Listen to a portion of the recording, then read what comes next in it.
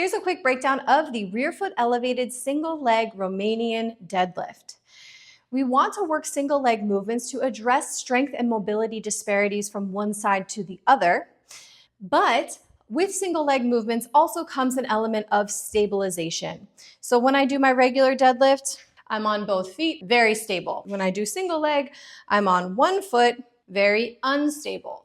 That instability is going to limit how much load I can pull in that single leg version. In order for our muscles to grow optimally, we want to add load to that movement. And in order to do that, adding stabilization to that movement is important. So we want the single leg aspects of building one leg at a time, and we want to add some stability to it. In comes the back foot elevated Romanian deadlift. So with this version, we're able to press down on that back foot into a bench to add stability to this movement. It's also going to give us an element of shifting back into that working hip even more for optimal glute development. So because I'm able to shift the hips back further, I'm able to grow the glutes more. So let's break it down. I'm going to give you a couple cues to help you through this movement. So we're going to take the pelvis and we're going to imagine that it's a bowl of water. Okay, so if I swirl my pelvis around, I'm swirling the water in that bowl.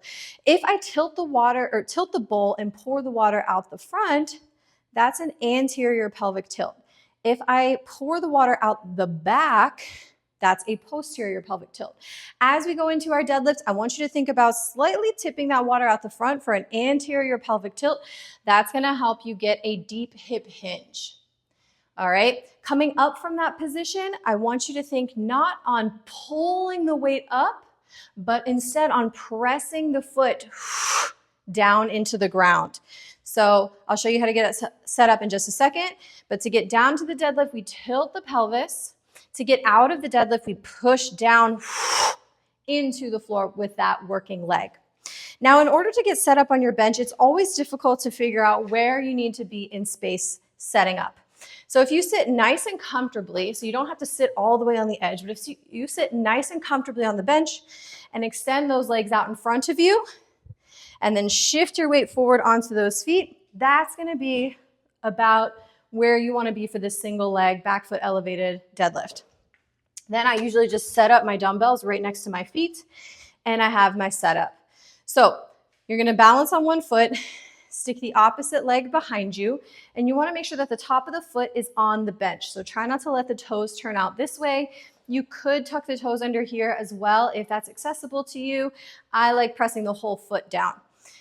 So back foot is pressed down into the bench. We're nice and solid on this front leg. I like to also cue and make sure that the toes are not turning outside of the heel.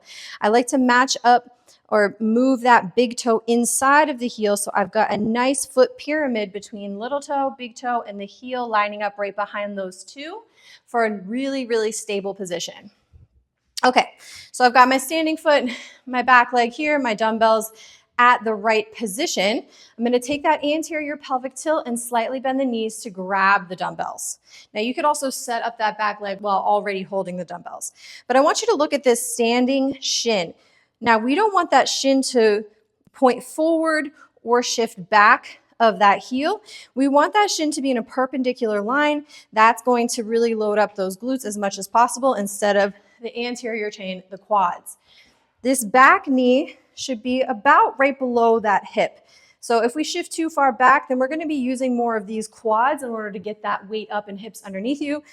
If you just kind of take a look and memorize where this position is, knee is underneath hip, knee is on top of heel, and we can grab our dumbbells.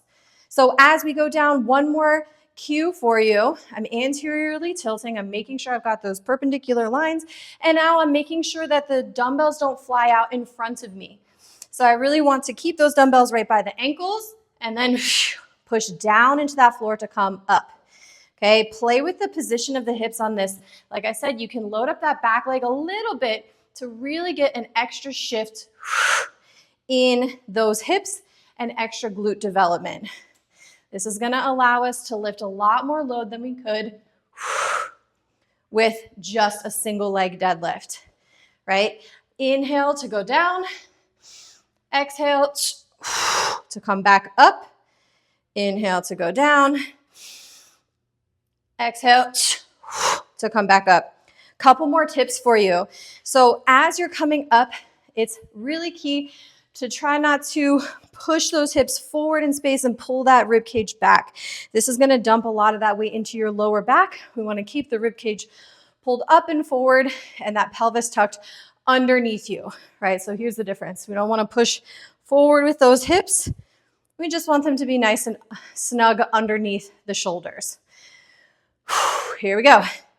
Inhale to go down, really loading up that hip. Exhale to come back up. We want to take about 2 to 3 counts on that eccentric coming down to the bottom. We want about a 1 to 2 second pause before we come back up.